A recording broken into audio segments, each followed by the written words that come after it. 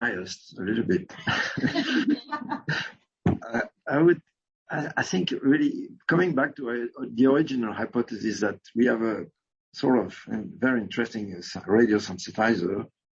I think it's important to have the proof of concept that we can really translate that in the clinic. That means that we have something we are waiting for, maybe for years and decades, which is a very good sensitizer that would be not toxic. And then that could also open new avenues. I mean, in other tumor types where we have always some situation where we need to add something on radiation therapy.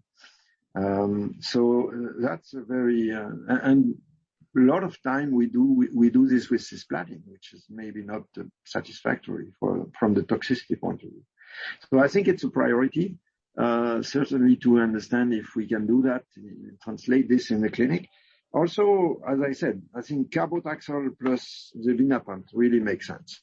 It can enhance both the activity of the two drugs. So I think with chemotherapy also there is a need to test this.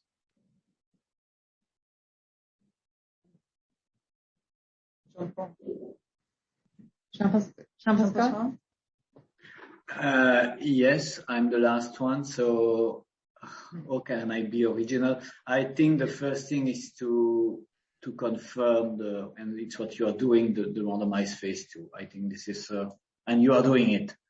And after having a more exploratory trial with radiation therapy alone, maybe with chemotherapy alone and mechanistic, so pair biopsy, because pair biopsy will help you to design further trial by having a sense which compound you should combine.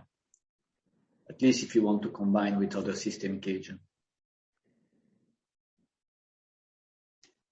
Okay, so thank you. We were not discussing, so I think that Jean was putting on the table the possibility to design the development of a study transversally to diseases that might need curative radiation or postoperative radiation. Is this so? Did I catch your suggestion? Jean? Well, there are a lot of situations in routine practice where we would need to enhance the effect of radiation therapy. And sometimes we cannot use cisplatin very often. So I think there is a general need on that. Now, how we should do that? I think it's good to start with a very good model where we have a simple trial. We are not diluting it with with a complex design with different tumor types. And then probably if you find a radiosensitizing effect clinically meaningful, it's very likely you will get it in many other tumor types. So it could open really new avenues, having a trial showing this. In that sense, you would suggest to start having some ideas on the total dose that are needed to have this additive effect, because the diseases are treated with different doses somehow. Or would you go for radioresistant tumors, for example, labeling them according to histological types, to biology?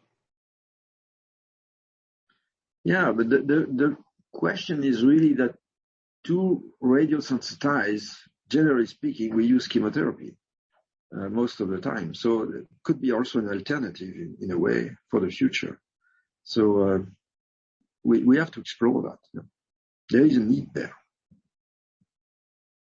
Okay, I find this very interesting to look after head and neck or beside head and neck, because you will forever have people that cannot tolerate platinum in different settings.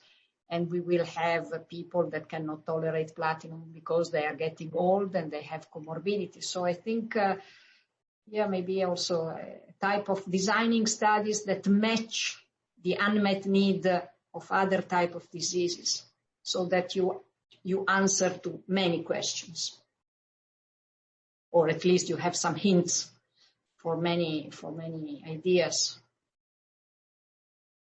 Okay. Other comments from the experts?